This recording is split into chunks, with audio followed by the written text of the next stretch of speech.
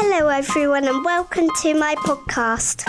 You're listening to Seraphina Speaks Little Girl Big Questions, the show that delivers you my take on topics that are important. I'm your host, Seraphina Marlena Durban. Let's go right ahead to the show. Hello everyone, Seraphina here. This is my first request episode. Connie asked me to share my opinions on pets, so here we are. Thank you for your big ask. I know a bit about pets, and I do have thoughts about them to share with you all. My first pets were 2 kittens when I was 3 years old. After lots of ideas, my big sisters and Mummy called them Myrtle and Flossie. Myrtle was shy, but Flossie was always on the sofa because she liked humans. Unfortunately, one day, Flossie went out one day and never came back. My brothers and I have lots of theories about what happened to her. Here's what Montgomery thinks. I think she's alive. Whereas Horatio says this. I hope she's not dead, but she might be in a different house. My big sister Meredith has another view. I've got a feeling she went to live with another family who might have fed her luxury cat food. So now my family only have Myrtle, and who isn't at all sociable. She won't come into our house, and instead she has a cosy bed in our outhouse. I do wish Myrtle would like me a bit more. And I'm not keen on the prezzies she leaves, which is usually very gruesome. The other day, she left just the head of a field mouse. Listeners, I wanted to vomit when I saw it. I've been asking Mummy for a dog. My brothers agreed too. So last year she shocked us by buying a dog. The tiniest little dachshund you ever seen.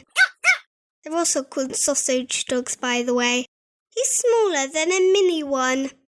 Anyway, after lots of discussion, we settled on the name Dickie Van der Sausage. I love him so much I would like to marry him, which Mummy says isn't appropriate. I married him anyway in a secret wedding, but it was a shame to have no guests. It's his first birthday with us in June, and I can't wait to dress him up in a birthday suit and make a turkey cake for him. I'm guessing that a lot of people think I'm a bit over the top about my little hound. But listeners, you need to remember I'm British. I'll pop a link for a pic of Dickie in the show notes. Please tell me what you think of my fine fella. On the day before lockdown, Mummy bought us a hamster and a cage with all these tubes and ladders and phone things on. After I think 5 weeks, Mummy told us that Primrose died overnight.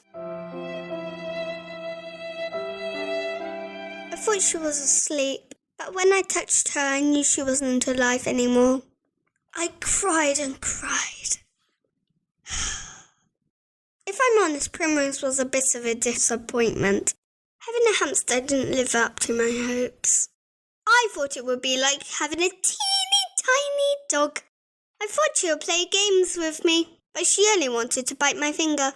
I never ever wanted to be picked up. I know I didn't do anything wrong to her, but she seemed to hate me, and I'm not sure I want another hamster. So if she's not going to do anything with me, then what's the point? So recently, I've discovered other kinds of pets that might be less of a luxury and involve less money. Dickie the Dachshund and Myrtle cost us a lot of money.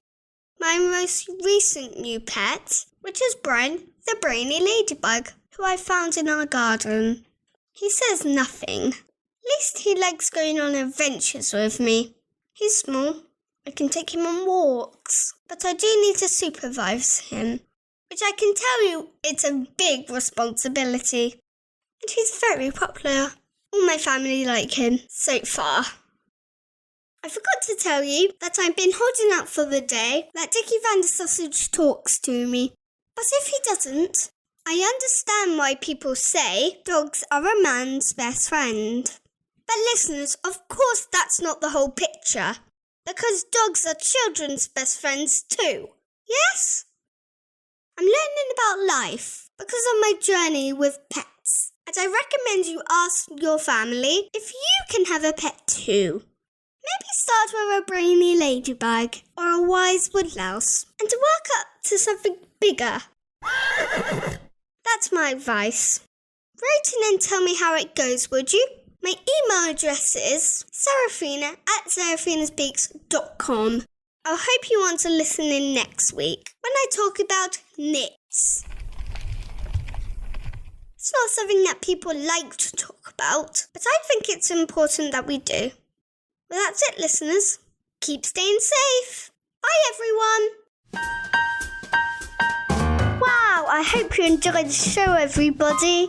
If you like what you hear, click the subscribe button. This podcast is made possible by listeners like you. Thank you for your support. Don't forget to check the show notes. Leave me a review wherever you listen to your podcasts, because then more people can find my podcast.